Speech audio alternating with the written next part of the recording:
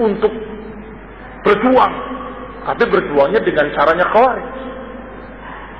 Berjuang dengan cara Khawarij artinya memerangi kaum muslimin, bahwa mereka ini adalah orang-orang kafir, halal darahnya, kita perangi saja. Ini penguasa taghut, taghut kafir, berarti jajaran pemerintahannya semua kafir, sampai ke RT-nya kafir. Terus rakyat yang mendukung mereka juga kafir, dan yang tidak mengkafirkan mereka juga kafir. Siapa sisanya? Sisanya dia dan teman-temannya. Habis, semua kafir. Dari mulai atas sampai paling rendahnya, sampai RT kafir semua. Karena itu pemerintah kafir. Kemudian rakyatnya yang mendukung pemerintah kafir, yang tidak mengkafirkan mereka juga kafir. Habis semua. Terus kalau kafir bagaimana Pak Ustaz? Kalau kafir ya halal darahnya. Sikat, ledakan saja, bom. Sampai berani mati, bunuh diri. La haula wala quwwata illa billah. Kamu bunuh diri melawan siapa? Hukum bunuh dirinya sudah dikatakan oleh para ulama, termasuk Syekh Ibnu Utsaimin ketika saya duduk di sana, walaupun berperangnya jihad syar'i, bunuh diri itu nggak boleh. Apalagi jihadnya jihad bid'ah, jihadnya teroris. Bunuh diri lagi. Dosa di atas dosa, kesalahan di atas kesalahan. Ikhwan fillah azakumullah, kan kasihan. Lu kasihan masa orang sudah capek-capek, sudah sesakit-sakit, sudah sampai berkorban sedemikian rupa, salah lagi, terus bagaimana? Ya siapa suruh? Jihad sendiri nggak boleh bunuh diri, apalagi namanya memberontak, apalagi namanya melawan kaum muslimin. Lu enggak, saya melawan penguasa. Penguasanya siapa? Sholat apa nggak sholat? Ya walaupun masih sholat tapi kafir, nggak bisa. Nggak bisa. Rasulullah SAW mengatakan, selama mereka masih sholat, selama mereka masih sholat, ukurannya sholat, berarti mereka muslimin. Tapi hatinya, hati kamu dan saya tidak tahu. Jangan kamu jadikan alasan. Hati urusan Allah. Mungkin begini, mungkin begitu, saya tidak tahu. Dohirnya terlihat sholat selesai. Urusan hati, urusan Allah Subhanahu wa ta'ala. Loh, kedolimannya tidak menyebabkan dia kafir. Kamu sabari. Kalau kedolimannya yang merugikan kamu, Rasulullah mengatakan wa in daraba dhahrak wa in akhadha ma'ak. Ini dibahas di dalam dalil yang ketiga, yaitu dalil dari wasiat Rasulullah SAW. Jadi setelah ayat dan ayat, yang ketiga hadis dari Rasulullah SAW, diriwayatkan oleh Imam Ahmad dan Tirmidzi dan juga Imam Hakim. Rasulullah SAW sedang berkumpul dengan para sahabatnya, kemudian menasihati mereka dengan mau'izatan balighah, zarafat minha al-uyun wa wajilat minha al-qulub, yang membuat air mata mereka bercucuran dan hati mereka bergetar karena nasihatnya betul-betul mengena. Sampai salah seorang mereka berkata, "Ya Rasulullah, ka'anna hadhihi mau'izatu muwaddi'." Ya Rasulullah, sepertinya ini adalah nasihat perpisahan, nasihat orang yang akan meninggalkan kami, yakni wafat. Seperti nasihat terakhir orang yang akan meninggal. Fa'ausina, berikan wasiat kepada kami, berikan wasiat kepada kami.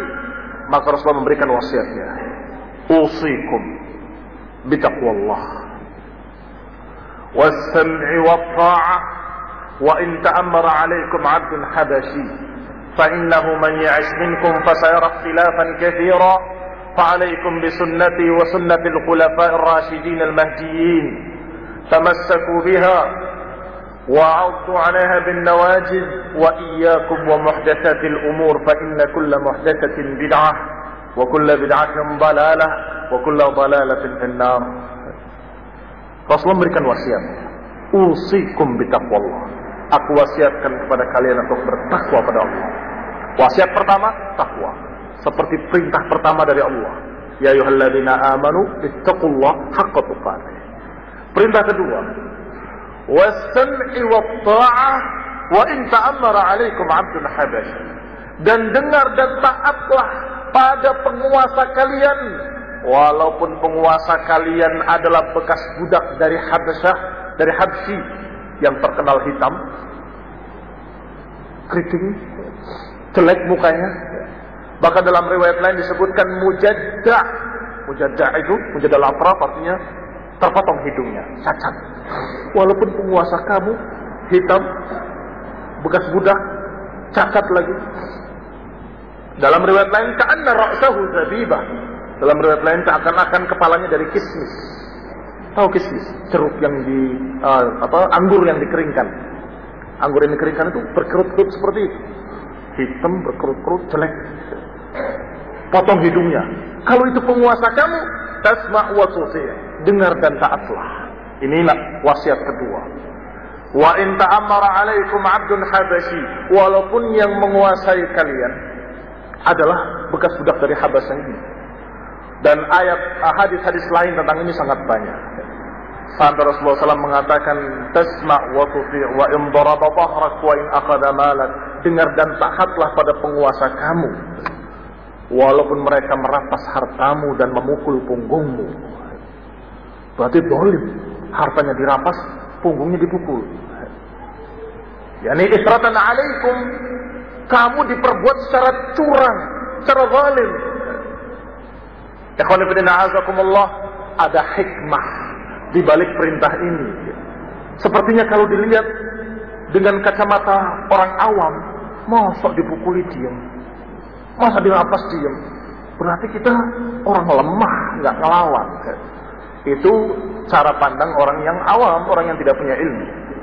Tetapi yang kita bicarakan adalah penguasa yang masih muslimin, yang kalau kamu kemudian melawan dan mengangkat senjata melawan penguasa yang masih sholat, apa yang terjadi? Jelas pendukungnya juga muslimin, tentaranya juga muslimin, polisinya juga muslimin.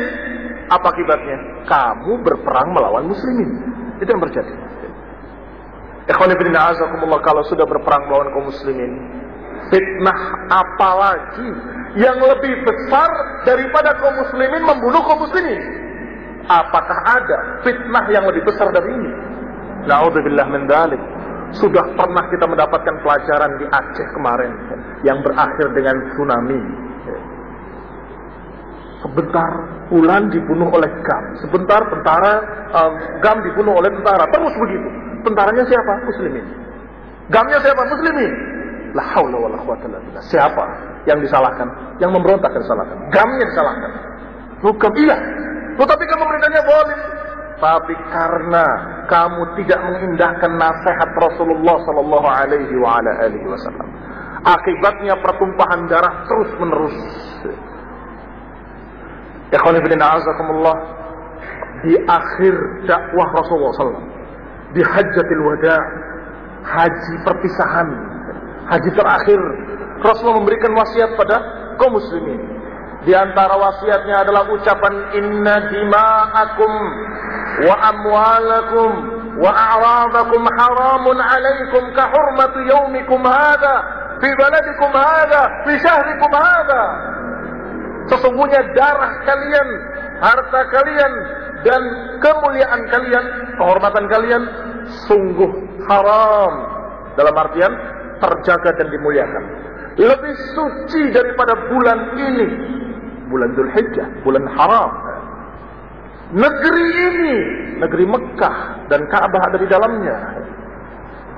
Hari ini, hari Arafah, bayangkan, lebih mulia daripada Masjidil Haram, daripada Mekah, daripada bulan Dzulhijjah, daripada hari haram, hari Arafah. Ini diawali dengan pertanyaan, ayu yaumin hadza? Hari apa ini? Para sahabat tidak berani menjawab karena takut akan dirubah namanya. Bukankah ini hari haram, kata Nabi? Hari yang suci? Iya. Bala. Pertanyaan kedua, negeri apa ini? Para sahabat tahu ini negeri Mekah, tapi diam, tidak berani menjawab, khawatir akan dirubah namanya. Mereka mengatakan Allah wa Rasuluhu a'lam, Allah dan Rasul lebih tahu. Maka beliau juga menjawab, bukankah ini negeri haram, negeri yang suci? Pertanyaan ketiga, bulan apa ini? Mereka tahu itu bulan Dzulhijjah, tapi karena khawatir akan dirubah namanya oleh Rasulullah dan Rasulullah berhak untuk merubah, maka mereka menjawab Allah wa Rasuluhu a'lam, Allah dan Rasulnya lebih tahu. Maka Rasulullah menjawab, bukankah ini bulan haram, hari haram, di negeri haram, di bulan haram. Inna dima'akum wa amwalakum wa a'radakum haramun alaikum kahurmati yaumikum hadha fi baladikum hadha fi syahrikum hadha. Sesungguhnya darah kalian itu suci, terjaga, mulia, tidak boleh ditumpahkan. Lebih mulia dari hari ini, di negeri ini, di bulan ini. Lebih mulia, lebih disucikan, lebih dijaga. Kalau kita tidak berani melanggar kesucian Masjidil Haram, tidak berani melanggar kesucian bulan Dzulhijjah, tidak berani melanggar kesucian hari Arafah, maka kenapa berani melanggar kesucian darah kaum muslimin? Dosa kafir, dolim kafir, bunuh sana, bunuh sini, bagaimana itu? Ishada. Ikhwan fillah a'azakumullah. Maka ternyata nasihat Rasulullah SAW, wasiat, bahkan wasiat itu lebih dari nasihat. Wasiat itu dikatakan dalam tafsir adalah al-amrul mu'akkadul muqarrar, perintah yang lebih ditekankan dan ditetapkan. Jadi bukan perintah saja, tapi perintah yang ditekankan dan ditetapkan. Ada tekanan. Ini pesan, wasiat, takwa pada Allah. Yang kedua, ingat, jangan kalian memberontak, tetap taat dan tunduk pada penguasa kalian. Walaupun penguasa kalian dari Habasyah mukanya berkerut-kerut, hitam, walaupun cacat, walaupun terpotong hidungnya, walaupun sekian kejelekan-kejelekan. Sampai ada yang tanya ya kepada Rasulullah SAW ketika Rasulullah menghabarkan nanti akan datang penguasa-penguasa yang zalim, yang qulubuhum qulubus syayatin ala judmanil ins, yang hati-hati mereka hati setan, tetapi di tubuh-tubuh manusia, tubuhnya manusia, hatinya hati setan.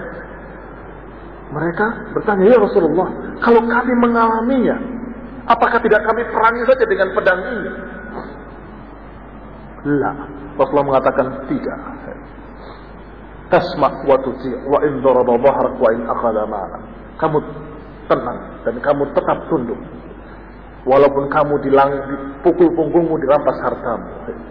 Illa antara kufran bawahan, kecuali kalau kamu melihat kekafiran yang nyata-nyata, yang indallahi, yang di sisi Allah kamu punya bukti, punya burhan. Atau di dalam riwayat lain, dalam hadis-hadis lain disebutkan selama mereka sholat. Jadi kalau mereka masih sholat, tidak bisa kita katakan kafir orangnya masih sholat, yang masih mengucapkan la ilaha illallah, asyhadu an la ilaha illallah. Setiap sholat asyhadu an la ilaha illallah. Bagaimana dikatakan kafir?